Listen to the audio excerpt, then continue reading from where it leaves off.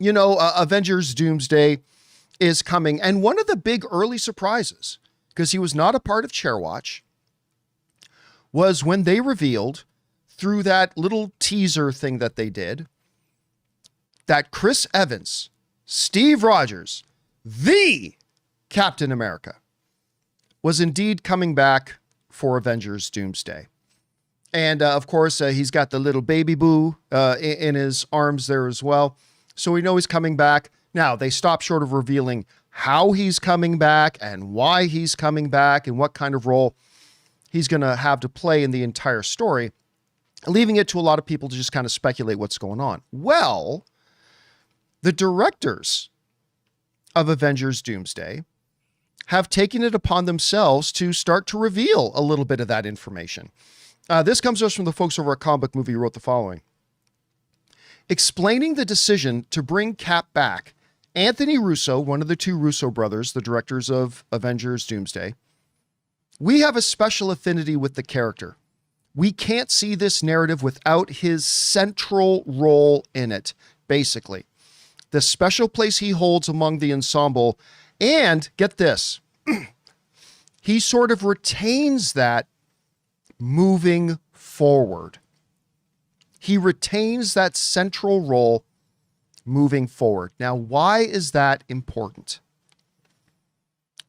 If you guys know, I believe, what's the name of the story? Again, I think it's Time Runs Out. I think that's the name of the story preceding Secret Wars that leads right into Secret Wars. You're right. Where they bring up all the concept of the incursions and all that kind of stuff.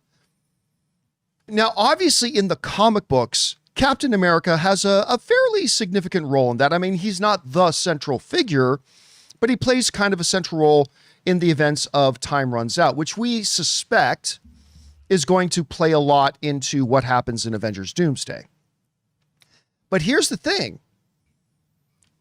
Captain America doesn't really play that big of a role. It's almost non-existent in Secret Wars itself.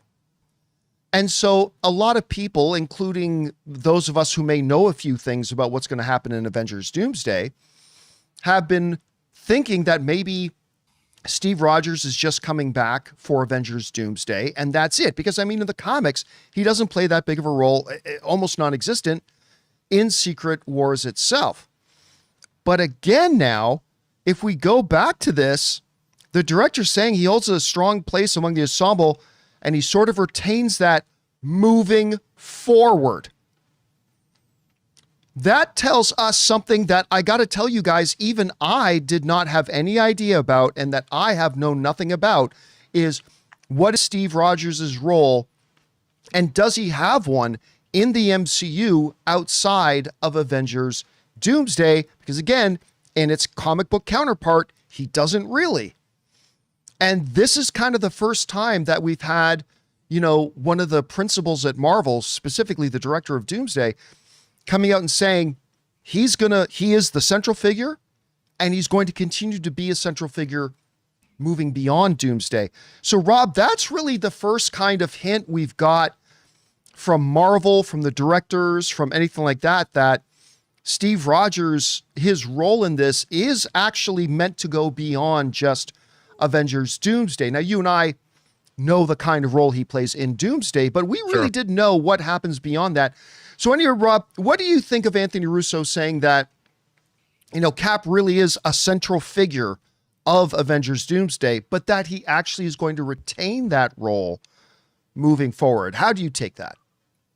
Well, I think based on what we might know about certain things that happen in Doomsday, I would expect that Steve Rogers would play a larger role in Secret Wars. But what was more interesting is that he seemed to insinuate, John, I don't know anything about Secret Wars, to be honest, but I would imagine if it follows the comic, and it seems to be following the comic, Doctor Doom, the multiverse is destroyed, and Doctor Doom creates Battleworld.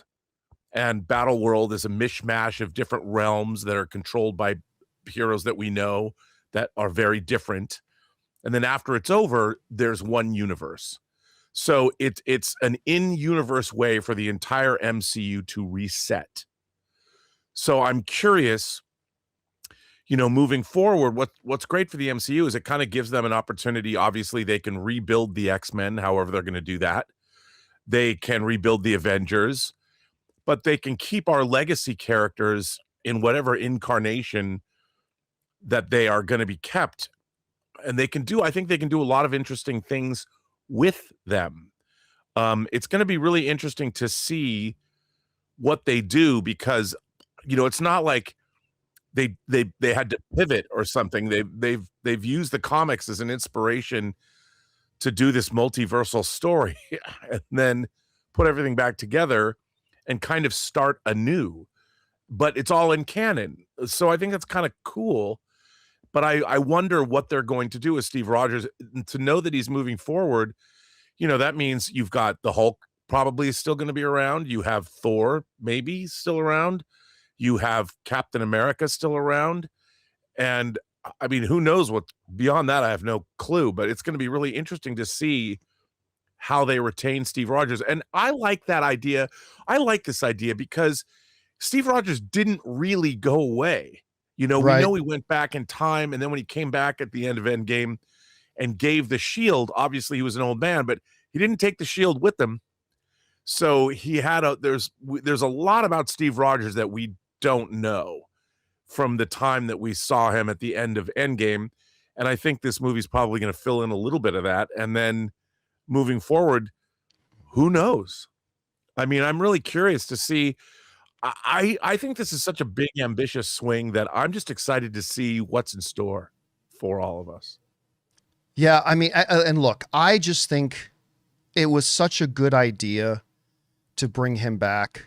I mean, Robert Downey Jr., because, I've always said, Rob, that like Tony and Steve and Tony, they represent the heart and soul of the Marvel Cinematic Universe. And they are not only the two central figure characters, but, Robert Downey Jr. and Chris Evans are the two off-camera figureheads of the Marvel Cinematic Universe. And after Endgame, they were never able to really transition away from them. And it got to the point that I said, the only way now you're going to ever be able to transition away from them is to bring them back so you can properly begin a stage or a phase of transitioning away from them, because it didn't work the last time. The death of Chadwick Boseman probably had something to do with that. You know what I mean?